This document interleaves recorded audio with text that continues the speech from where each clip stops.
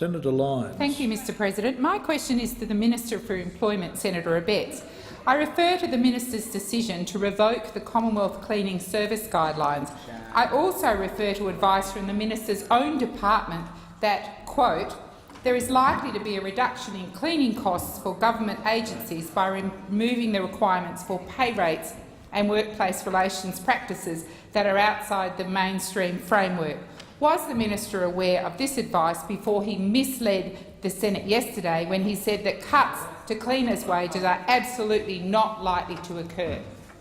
Senator Lyons, just before I call the Minister, you've made an allegation about the Minister. I think you're just borderline with that, Senator Lyons.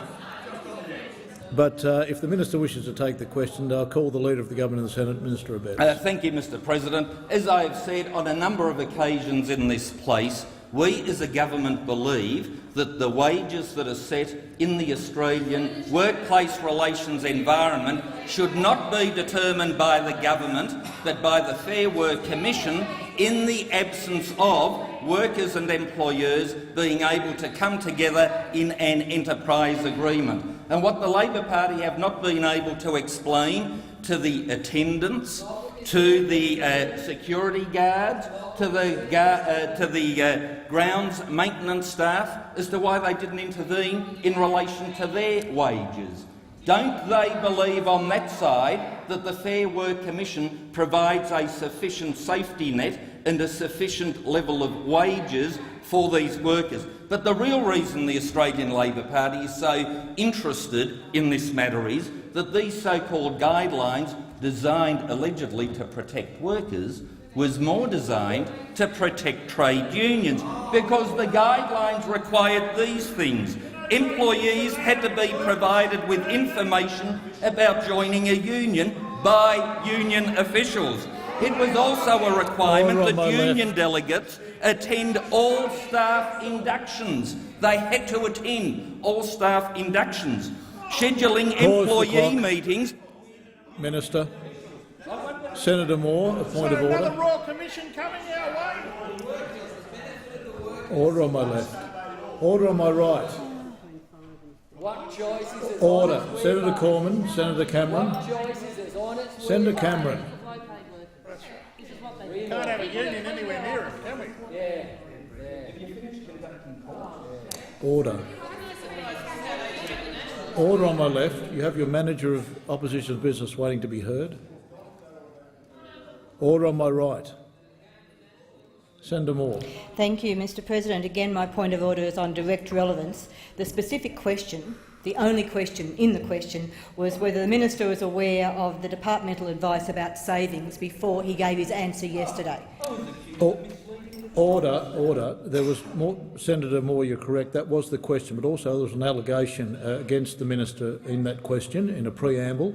Minister, you're being directly relevant and you're responding to the allegation as well as the question. Minister, you have the call. Mr President, can I then turn to the specific issue in the question? And as I answered yesterday, the only way an employee's wages can be reduced is if the workers and the employer agree in an enterprise agreement to do so, or if the Fair Work Commission were to rule and make a decision accordingly. As I said yesterday, I doubt that either of those scenarios would occur. Is it a hypothetical? Yes. Thank but will you, it occur? Minister. The time No. for answering the question has expired. Senator Lyons, a supplementary question. I refer to the advice to the Minister that, quote, the Business Services Contracts Association of Australia supports revoking the guidelines. It considers that removing the guidelines will assist cleaning contractors competing for government work because companies will be able to submit tenders based on award rates. Is the BCA Association correct? Minister. Mr President, the reality is that today cleaning contractors can bid for quotes on government cleaning contracts on the basis of modern award rates. That was under your government. That was under your government, and the vast majority, as I understand it, of government cleaning contracts actually allows for that, Senator Lyons. So before you just regurgitate a question served up to you by your old union, you should be doing a bit more research. You should be doing a bit more research to ensure that you get your facts right. Because not only do you embarrass yourself, you embarrass the whole Labor movement with these sort of questions.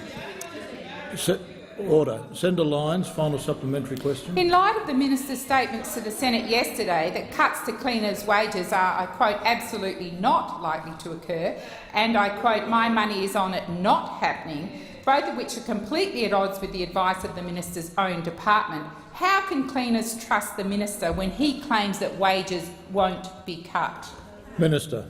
Mr President, as we speak, the guidelines of which we speak about have been removed.